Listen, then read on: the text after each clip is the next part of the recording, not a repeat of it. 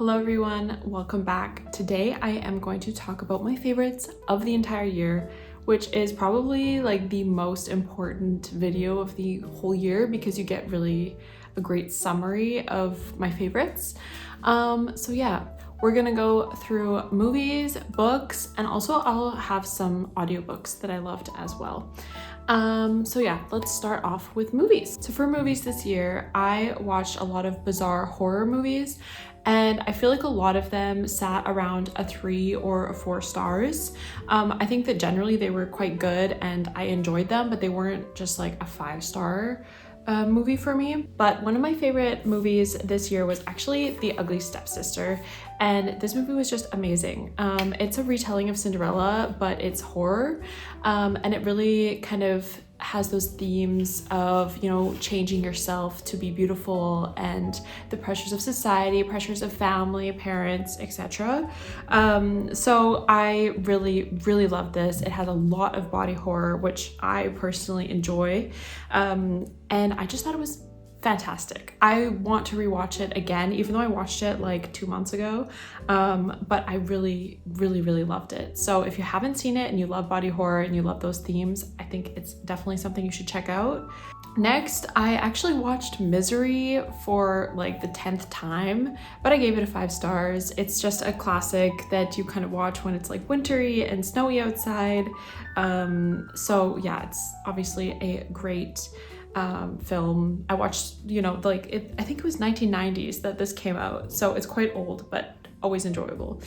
And also Begonia. I think a lot of people have this on their list this year. It was just a really great film. I did see it in theaters, and it kind of was difficult for me just because I assumed what was going to happen because I know the director and I kind of could guess where this was going to go. So I think that for a lot of people there's a huge shock factor with it, or a great reveal, but for me I kind of understood what was going to go on, but I still enjoyed it and gave it a 5-star nonetheless. One that I didn't give a 5-star to was actually Frankenstein.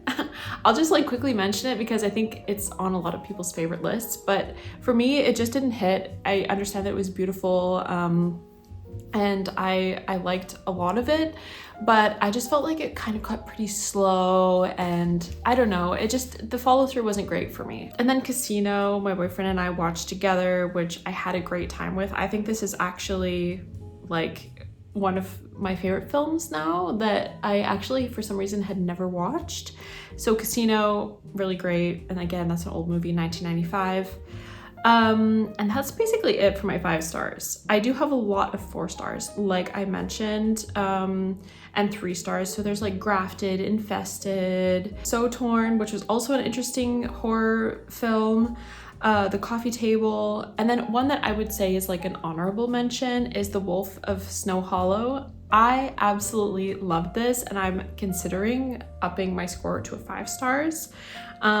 This is a film that's kind of like a detective film, and it seems like there are these wolf attacks, but you don't really know what is actually happening. And yeah, I just really enjoyed it. It was kind of bizarre, especially the main character was just weird, and it felt a little bit out of place, and that's why I gave it a 4 stars. But overall I just had such a really like fun time with it, so that one's definitely up there for my honorable mention. So for the largest category, I am obviously going to talk about books. Just to give a bit of a summary, my top genre was horror, and then mystery thriller, and then contemporary fiction. So yeah, let's get started with my 5 stars. So I have The Lamb by Lucy Rose, which is a cannibalistic story that I've talked about before. This one is, I think it was nominated for the Goodreads Choice Awards, but it did not win. And I think it's just not a book that's for everybody. And it is kind of long, and it really is a bit more, I don't know, you're just kind of like living her life and seeing what it's like for her. So it doesn't really have a full like long plot or something like that. It's just, you know, almost like stream of consciousness, just her life. But I loved it. So there's that one. The Reformatory, amazing.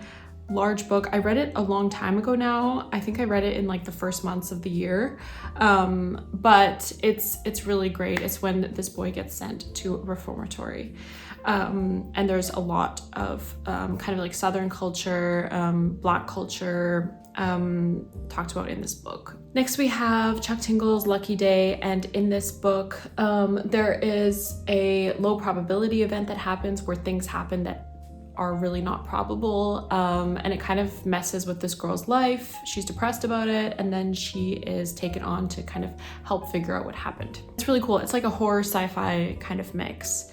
Next up, we have Strange Pictures by Uketsu, and I absolutely loved this book. This is like a mixed media book where you kind of figure things out as you go. It was just deep, but also fun, and it was just such a fun mix. I'm just not used to those kinds of books, and I realized I should probably look more into mixed media books because I really enjoyed it.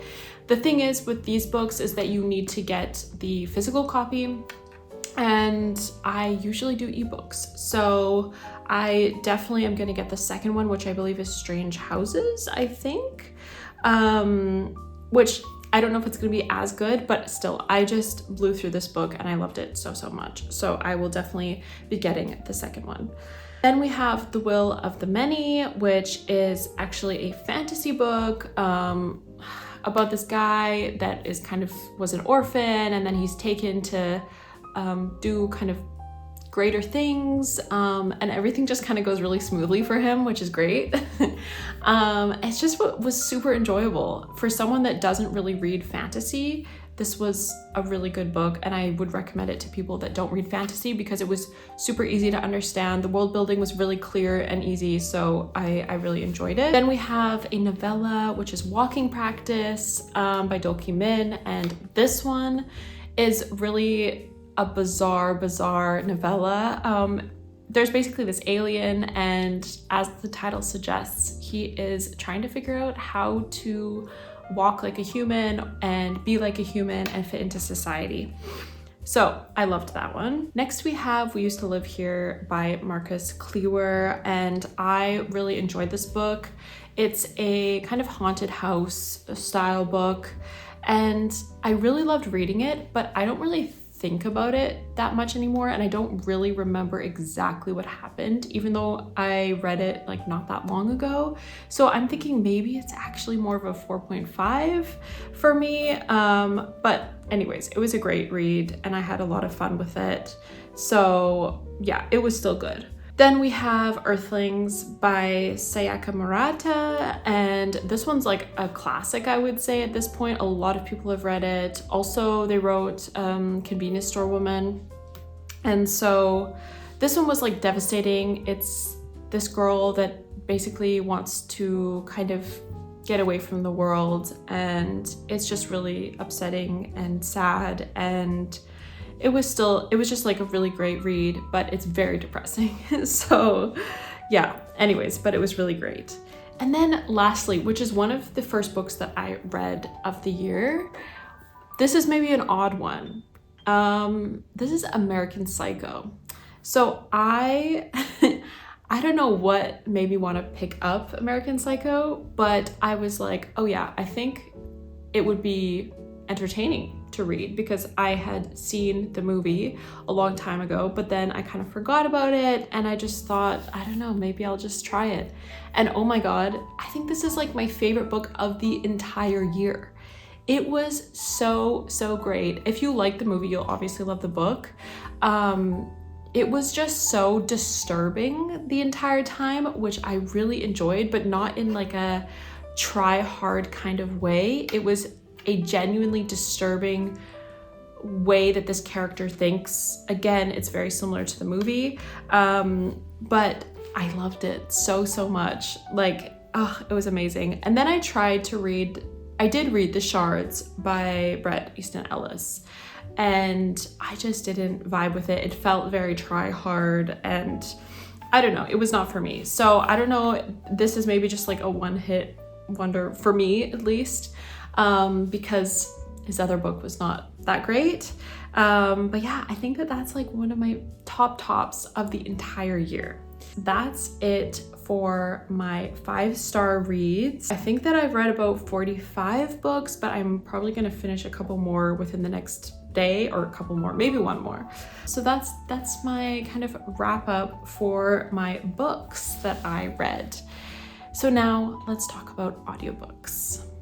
So with my library subscription, I get audiobooks sometimes, and one of my favorite ones was The Southern Book Club's Guide to Slaying Vampires by Grady Hendrix, and I loved listening to the audiobook of this. The characters were great, the voice acting was amazing, so I really enjoyed this, and I think that if you're looking for a fun, bizarre horror book to listen to, I think this is definitely a really good choice. Another audiobook I listened to that I really liked was A House with Good Bones by T. Kingfisher. I thought that, again, the voice acting was really great. It's kind of a shorter book, which is nice. I feel like with an audiobook, you kind of want to just, I don't know, have something fun and short and not too complicated, because if you're listening to it, you don't want to have to like really focus on every single word. Like, you kind of listen to it just as a whole story. So I think that one was a really good audiobook. And I also listened to The Word is Murder by Anthony Horowitz, and this one was really great. I think that the kind of Sherlock vibes were really fun as an audiobook. The acting was great, and yeah, I think that the story in general was just really easy to follow as an audiobook. So yeah, those are my favorites of the year. I think that I had a pretty good year with both books, movies, and audiobooks, but I'm definitely looking forward to next year. There's a lot of new releases that I'm very excited about. So please let me know what you're excited for in the new year. What were your favorite books of this year, your favorite movies, your favorite audiobooks? I would love to hear about it. So yeah, have a really great New Year's, and I will see you next year.